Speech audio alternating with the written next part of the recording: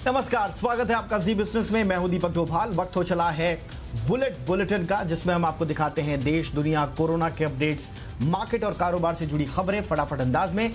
40 खबरों का power pack bulletin, आइए शुरू करते हैं।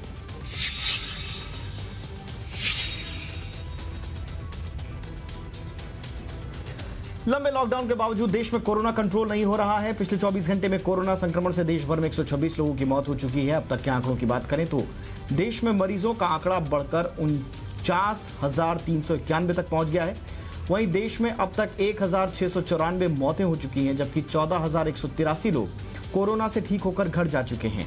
राजधानी दिल्ली की बात करें तो यहां कोरोना से संक्रमित मरीजों की संख्या 5,104 पहुंच गई है, जबकि मरने वालों का आंकड़ा 64 तक पहुंच गया है। दिल्ली से सटे नोएडा में पिछले 24 घंटे में कोरोना का एक भी नया मरीज नहीं मिला है। फिलहाल जिले में 83 एक्टिव केस हैं, जिनका इलाज किया जा रहा है।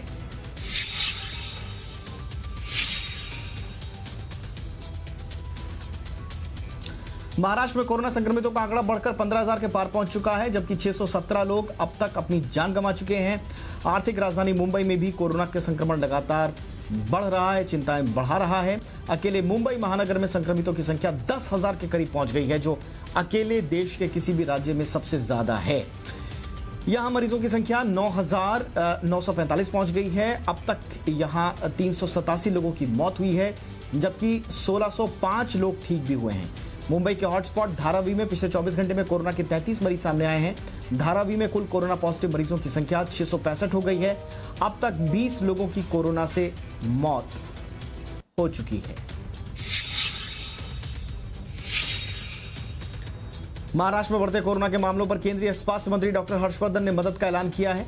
डॉक्टर हर्षवर्धन ने कहा कि वो इस बारे में महाराष्ट्र के मुख्यमंत्री उद्धव ठाकरे से बात करेंगे। स्वास्थ्य मंत्री ने बताया कि महाराष्ट्र के 3 जिलों पुणे, नागपुर और मुंबई में कोरोना से हालात बेहद खराब हैं। स्वास्थ्य मंत्री ने बताया कि देश के सभी जिलों को ग्रीन जोन बनाने पर सरकार तेजी से काम कर रही है। हमें अंततोगत्वा उस स्थिति में पहुंचना है जब हमारे सारे जिले एक दिन ग्रीन जोन बनेंगे और वहां पर 21 दिन 28 दिन से कोई भी केस नहीं आया होगा।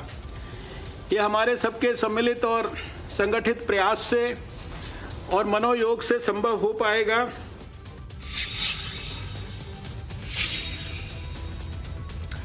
महाराष्ट्र के बाद जो राज्य सबसे ज्यादा कोरोना संक्रमण के कारण चिंताएं बढ़ा रहा है वो है गुजरात। यहां न सिर्फ मरीजों की संख्या 6,000 के पार पहुंच गई है, बल्कि 368 लोग अब तक अपनी जान भी गंवा चुके हैं। सबसे ज्यादा कोरोना का संक्रमण अहमदाबाद में है। अहमदाबाद में संक्रमितों की संख्या बढ़कर 4,425 पहुंच गई है। अहमदाबाद 104 लोग इलाज के बाद ठीक हुए हैं।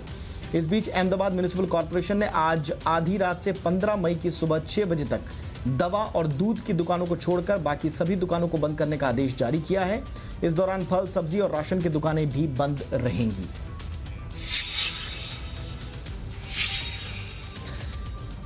गृह मंत्रालय के कंट्रोल रूम तक कोरोना पहुंच गया है। गृह मंत्रालय के कंट्रोल रूम नंबर 1 में तैनात 2 जवान कोरोना संक्रमित हो गए हैं। सूत्रों के मुताबिक इसके बाद कंट्रोल रूम नंबर 1 को बंद करके सैनिटाइज किया जा रहा है। बताया जा रहा है कि दोनों संक्रमित जवान 55वीं और 243वीं बटालियन से जुड़े हुए हैं और दोनों ही कंट्रोल रूम में कोरोना से जुड़े मामलों की निगरानी कर रहे थे। दिल्ली बीजेपी के अध्यक्ष मनोज तिवारी ने दिल्ली सरकार पर जमकर हल्ला बोला है। मनोज तिवारी ने कहा कि अगर अरविंद केजरीवाल ये कहते हैं कि अब कोरोना के साथ जीने की आदत डालनी पड़ेगी तो ये बुरी बात है। वहीं मनोज तिवारी ने दिल्ली में शराब की दुकानों पर जम रही भीड़ के लिए केजरीवाल सरकार को जिम्मेदार ठहराया। वो जो एक बांध बनाकर रखा था मोदी जी ने पूरे देश के लिए कोरोना से संक्रमित होने से बचने के लिए, वो बांध ही दिल्ली में टूट गया। दिल्ली सरकार जो ये लाइन कह रही है कोरोना के साथ जीना पड़ेगा, वो सरेंडर कर रही है और ये दिल्ली के लिए, दिल्ली गवर्नेंस के लिए बहुत खतरनाक है। कांग्रेस अध्यक्ष सोनिया गांधी ने आज कांग्रेस शासित राज्यों के मुख्यमंत्रियों के साथ बैठक की। बैठक में राहुल गांधी और मनमोहन सिंह भी मौजूद रहे। सोनिया गांधी ने सभी मुख्यमंत्रियों से कोरोना संक्रमण के हालातों और रोकथाम के उपायों पर चर्चा की। इस दौरान प्रवासी श्रमिकों के मुद्दे पर प्रमुखता से चर्चा हुई। इस दौरान राहुल गांधी ने भी राज्यों को लेकर फीडबैक लिया। बैठक में सोनिया गांधी ने सवाल किया कि 17 मई के बाद क्या लॉकडाउन खुलेगा, उसकी प्रक्रिया क्या होगी। इस पर बीजेपी ने भी जवाब देने में देर नहीं लगाई। कोरोना के खिलाफ लड़ाई में पूरी दुनिया एकजुट होकर लड़ रही है। भारत भी कोरोना के खिलाफ लड़ाई में एकजुट होकर उस लड़ाई को लड़ रहा है, लेकिन कांग्रेस पार्टी इसके अंदर भी सियासत कर रही है। राहुल जी, सोनिया जी और मनमोहन सिंह जी रोज एक नया सवाल खड़ा कर देते हैं।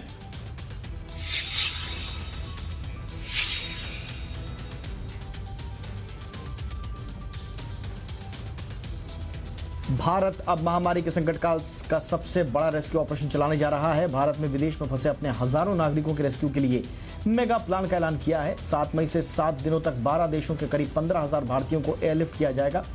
इसके लिए एयर इंडिया की 40 और एयर इंडिया एक्सप्रेस की 24 स्पेशल फ्लाइट्स को लगाने का फैसला किया गया है। सरकार के इस रेस्क्यू ऑपरेशन का नाम वंदे भारत मिशन रखा गया है। Malaysia, Singapore, Philippines, Bangladesh, Oman, Bahrain, Qatar, Kuwait, Saudi Arabia, UAE, America और यूके से भारतीयों को वापस लाया जाएगा।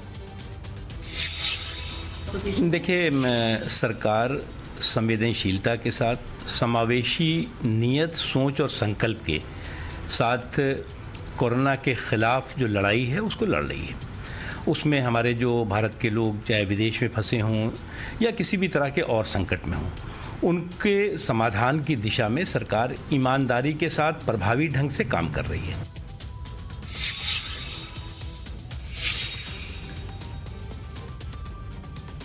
यूपी में कोरोना योद्धाओं पर हमला करने वालों की अब खैर नहीं। योगी सरकार ने यूपी महामारी कंट्रोल अध्यादेश को मंजूरी दे दी है। इसके बाद अब स्वास्थ्य कर्मियों पर, पुलिसकर्मियों पर, स्वच्छता कर्मचारियों पर हमला करने की दोषियों पर 6 महीने से लेकर 7 साल की सजा तय हो सकेगी, जबकि उन पर 50,000 से 5 लाख का जुर्माना भी लगाया जाएगा। कोरोना महामारी को देखते हुए क्वारंटाइन का उल्लंघन करने पर 1 से 3 साल की सजा और 10,000 का जुर्माना या 1 लाख तक भी जुर्माना लग सकता है। अस्पताल से भागने वालों के खिलाफ 1 वर्ष से 3 वर्ष की सजा और जुर्माना 10,000 से 1 लाख रुपए तक होगा।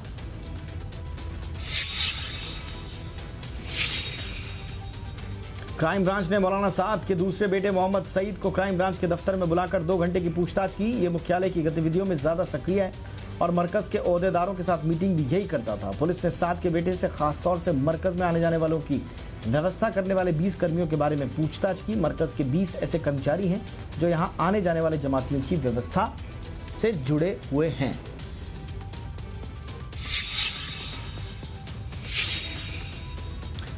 और अब बात बाजार की कर लेते हैं। तो बाजार के लिए आज का दिन भारी उतार चढ़ाव वाला रहा।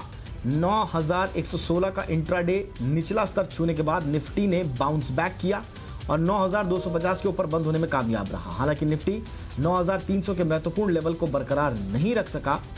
सेंसेक्स में भी आज भारी उतार चढ़ाव रहा और इंट्राडे में 800 अंकों का स्विंग दिखा। आखिर में सेंसेक्स 232 अंक और निफ्टी 65 अंक चढ़कर बंद होने में कामयाब रहे। जानकारों के मुताबिक आने वाले दिनों में भी बाजार में उतार चढ़ाव जारी रहेगा। निफ्टी का फिलहाल 9,100 पर मजबूत सपोर्ट लेवल दिखाई दे रहा है, जबकि 9,450 पर भारी रेजिस्टेंस लेवल है।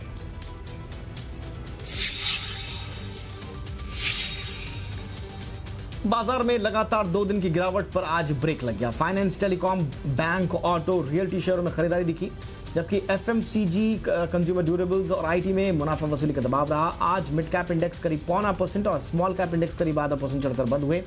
निफ्टी के चढ़ने वाले शेयरों में HDFC bank, GAIL, Mahindra and Mahindra, Bajaj finance रहे, जबकि यूपीएल, आईओसी, कोल इंडिया और आईटीसी में बिकवाली दिखी।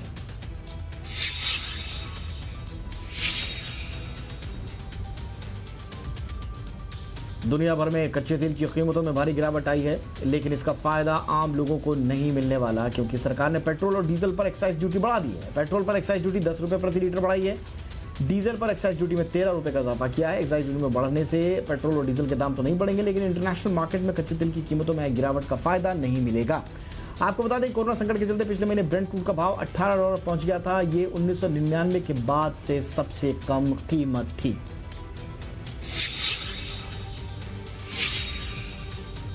उत्तर प्रदेश में कोरोना और लॉकडाउन के बीच महंगाई ने भी दस्तक दे दी है। यूपी में डीजल 1 रुपए प्रति लीटर महंगा हो गया है, जबकि पेट्रोल की कीमत 2 रुपए बढ़ गई है। यूपी सरकार ने आज पेट्रोल और डीजल पर वैट बढ़ाने का ऐलान किया है। बढ़ी हुई कीमतों के बाद यूपी में पेट्रोल 73 रुपए 91 पैसे प्रति लीटर, जबकि 1 लीटर डीजल के लिए 63 रुपए 86 पैसे खर्च करने होंगे। पेट्रोल और डीजल के अलावा यूपी में शराब भी महंगी हो गई है। देसी शराब 5 रुपए महंगी हुई है, तो विदेशी शराब 36 रुपए तक महंगी हुई है। पेट्रोल का रेट जो है वो घटता बढ़ता रहता है मांग और सप्लाई के आधार पर, इसलिए जो भी अधिक हो वो लगता है। वर्तमान में 16 रुपये 74 पैसे प्रति लीटर लग रहा था और डीजल पर 17.48% या 9 रुपये 41 पैसे प्रति लीटर।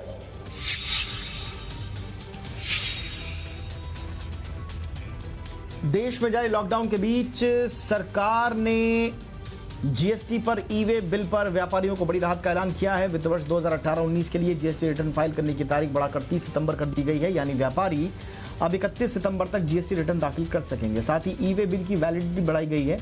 20 मार्च से 15 अप्रैल के बीच एक्सपायर होने वाले ई-वे बिल की वैलिडिटी को बढ़ाकर 31 मार्च कर दिया गया है।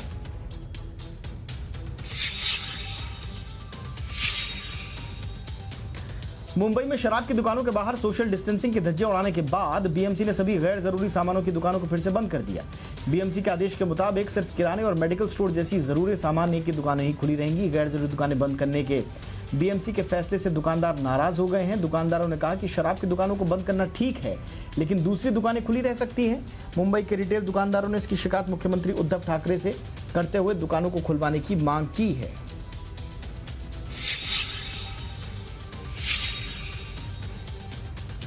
कोरोना संकट ने प्राइवेट सेक्टर में काम करने वाले लोगों का भरोसा हिला दिया है। सोशल नेटवर्किंग साइट लिंक्डइन ने एक सर्वे किया। इसके मुताबिक 13 से 19 अप्रैल वाले हफ्ते में 32% कर्मचारियों की आय घटी है। सर्वे में शामिल 45% लोगों ने कहा कि उन्होंने इस दौरान अपने खर्चों में कटौती की। सर्वे के मुताबिक सबसे ज्यादा दिक्कत सेल्फ एम्प्लॉयड लोगों को हुई है। इस कैटेगरी में करीब 62% लोगों ने कहा कि उनकी आय में गिरावट हुई है। सर्वे के मुताबिक आईटी सेक्टर, मैन्युफैक्चरिंग और मीडिया में काम करने वालों का अपनी नौकरी को लेकर भरोसा कमजोर हुआ है। सर्वे के मुताबिक मैन्युफैक्चरिंग में हर 4 में से 1, आईटी में हर 5 में से 1, मीडिया में हर 5 में से 2 लोग डरे हुए हैं।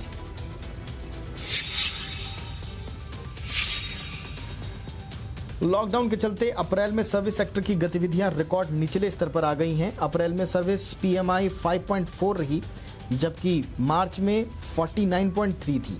2005 से पीएमआई की शुरुआत होने के बाद से सर्विस सेक्टर में ये अब तक का रिकॉर्ड निचला स्तर है। पीएमआई अगर 50 से ऊपर रहता है तो इसे बेहतर माना जाता है। 50 से नीचे रहने का मतलब है कि सेक्टर में गिरावट आई है। इससे पहले मैन्युफैक्चरिंग पीएमआई भी अप्रैल में गिरकर 27.4 पर पहुंच गई थी। मार्च में मैन्युफैक्चरिंग पीएमआई 51.8% थी।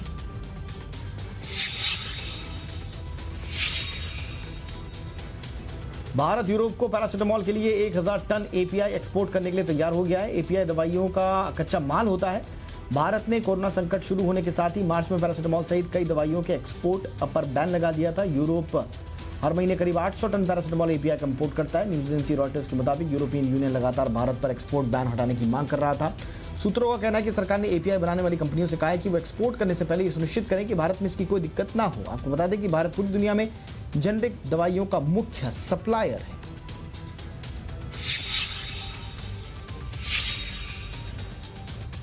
फेसबुक, गूगल, एप्पल और माइक्रोसॉफ्ट जैसी कंपनियां H1B वीजा पर आने वाले कर्मचारियों को बाजार दर से कम सैलरी दे रही है। एक रिपोर्ट के मुताबिक H1B वीजा का सबसे ज्यादा फायदा ये कंपनियां ही उठाती हैं। रिपोर्ट में कहा गया है कि ये कंपनियां कम सैलरी पर लोगों को रख रही हैं। रिपोर्ट के मुताबिक H1B वीजा का फायदा उठाने वाली टॉप 30 कंपनियों में Amazon, Microsoft, Walmart, Google, Apple और फेसबुक शामिल हैं। आपको बता दें कि H1B वीजा भारतीयों के बीच काफी लोकप्रिय है।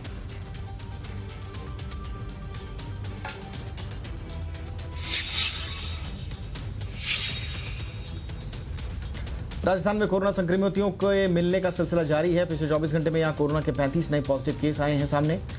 अब राज्य में कोरोना संक्रमितों की संख्या बढ़कर 3193 हो गई है।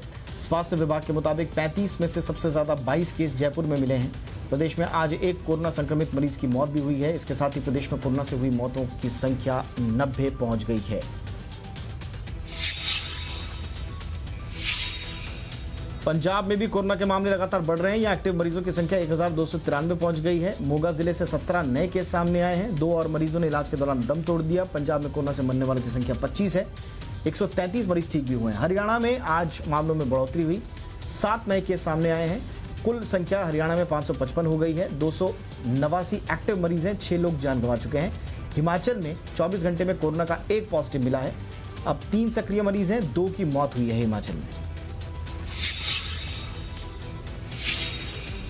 मध्य प्रदेश में भी कोरोना के मामले बढ़कर 3,516 तक पहुंच गए हैं, जबकि 176 लोगों की कोरोना से मौत हुई है। उज्जैन में आज कोरोना के 11 नए केस सामने आए।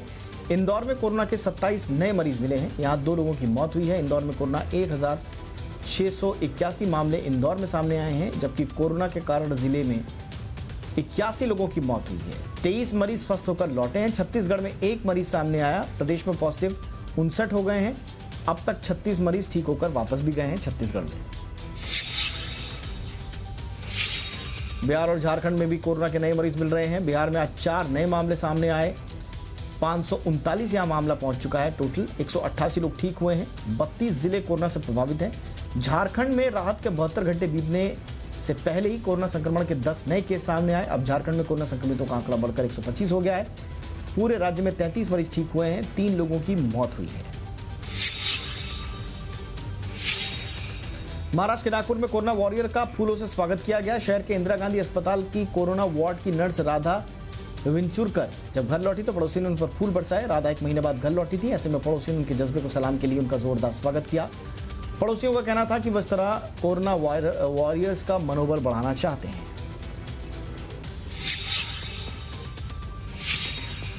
लॉकडाउन के बीच महाराष्ट्र के नासिक में अनोखी शादी हुई। रामाचे गांव के किसान कैलाश शिंदे ने अपनी बेटी की शादी खेत में बने मंदिर में कराई। इस शादी में सिर्फ 20 लोग शामिल हुए। सभी ने मास्क पहना हुआ था। इतना ही नहीं, दूल्हा दुल्हन ने भी मास्क पहना। समारोह में सोशल डिस्टेंसिंग का खास ध्यान रखा गया। मध्य प्रदेश के सतना स्टेशन पर खाने को लेकर मारपीट हो गई। ट्रेन मुंबई के कल्याण से प्रवासी मजदूरों को लेकर दानापुर के लिए निकली थी। सतना पहुंचने पर इन मजदूरों को खाना बांटा जा रहा था। इस दौरान खाने के पैकेट को लेकर विवाद हो गया। दर्जनों मजदूर आपस में भिड़ गए। हाथ में बेल्ट लेकर एक दूसरे को मारते दिखे। संक्रमण के डर से सतना जीआरपी पुलिस भी बोगी के अंदर घुसने से कतराती रही। पुलिस बोगी के बाहर से ही लाठियां पीट कर झगड़े को शांत कराने की कोशिश करती रही। झगड़े की वजह से ट्रेन काफी देर तक सतना स्टेशन पर रुकी रही। लखनऊ में आज से निजी कंपनियों के ऑफिस खुल गए हैं। प्रशासन ने ऑफिसों को सुबह 7 बजे से शाम 7 बजे तक खोलने की इजाजत दी है। जिला प्रशासन की ओर से निर्देश के मुताबिक निजी कंपनियों को अपने लेटर हेड पर शपथ पत्र देना होगा और जिला प्रशासन से एनओसी लेनी होगी।